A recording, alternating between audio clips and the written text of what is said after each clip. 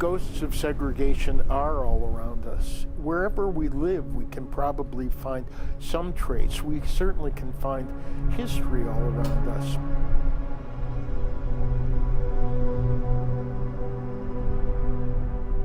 I want it to, in some way, harken those spirits and the importance of what transpired. This former newspaper photographer has given himself one of his most daring assignments to date. Rich Frishman is currently in pursuit of what he sees as painfully alive, America's racism. It has been an issue for 400 years, and it's still an issue. The idea of segregation exists now in a somewhat different form, but all those Jim Crow laws still reverberate. Redlining affects the ability to finance a house now. I know what it was like to be white and middle class and privileged. I also know what it was like to go into restaurants where they didn't serve Jews, and where there was hatred towards my own ethnicity. But I can skate under the radar, so I don't know what it's like to be black or Asian or Hispanic. I don't know what it's like to be gay. I can use my compassionate heart to imagine. So this is the one that started it. And when I was photographing this, I was looking at this and thinking about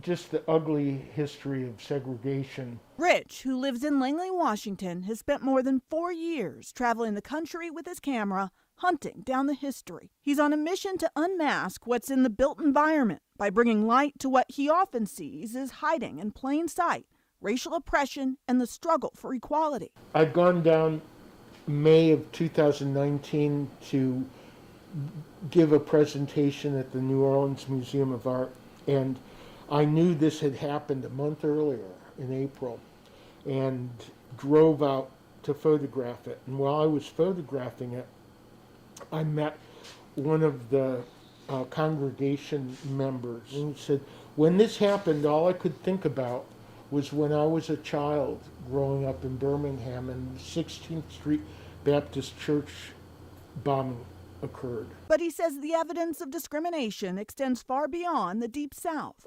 Bigotry doesn't know geography. In Chicago, he captured this mural. The back wall of the bandstand is all that remains of the Sunset Cafe. Summertime. Once a vibrant jazz club that was also a haven from segregation.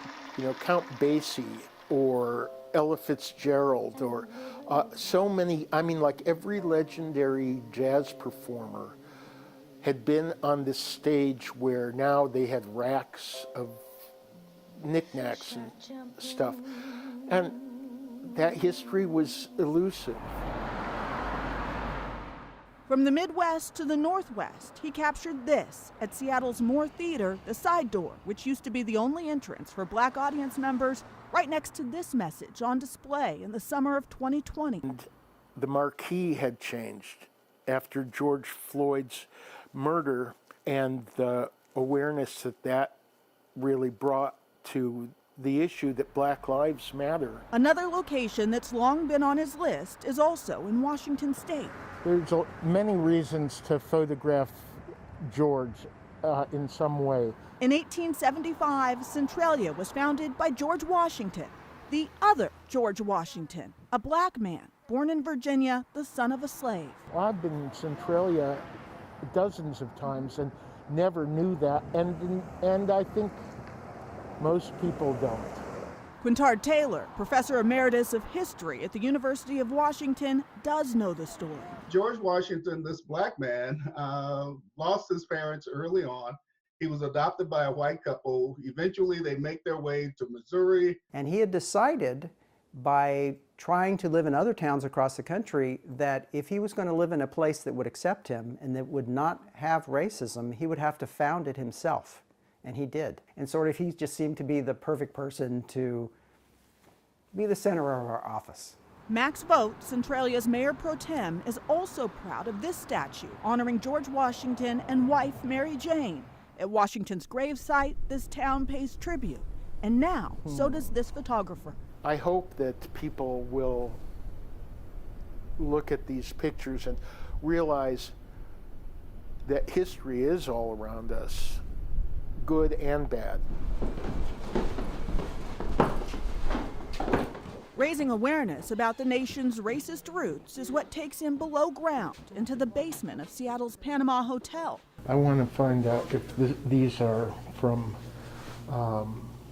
internees' homes. I've read so many stories about people who went to internment camps and left their homes in the care of a friend, and some came back to find them intact, and others found that everything was gone and it wasn't theirs anymore. That was the language school. Owner Jan Johnson is the protector of this place. I wanted to build something where people would come and learn, right? Learn about how each suitcase has a story. The luggage ended up here nearly 8 decades ago during World War II, when an executive order led to the relocation and incarceration of Japanese Americans. Families, given just days' notice, came knocking on the hotel's door. People said, "Can I put my stuff in your basement?" And he said, "Yeah." And then this friend told that one, and this one told that one, and this one, this one, this one. So pretty soon it was just full. She says many of the families who were forced into concentration camps for years never came back for their belongings. Today, directly above the basement, there's a window providing guests a glimpse. But this is a rare look, to be allowed inside and up close to capture images of the crates covered in dust and filled with memories. And I thought, if you learn from the history, maybe you can change the future. That's what I always thought. You don't have to do it again. You want to say this is our original sin? Yeah, it's our original sin that continues to haunt us right to this day. The question is how we respond to it. How we as individuals, how we as a Black community, how we as the entire community respond to that racism. It's there. What do we do about it? We as individuals have a chance to change the future, but we have to witness the present and learn from the past. That's why he's here, to provide pictures as proof so the stories don't disappear.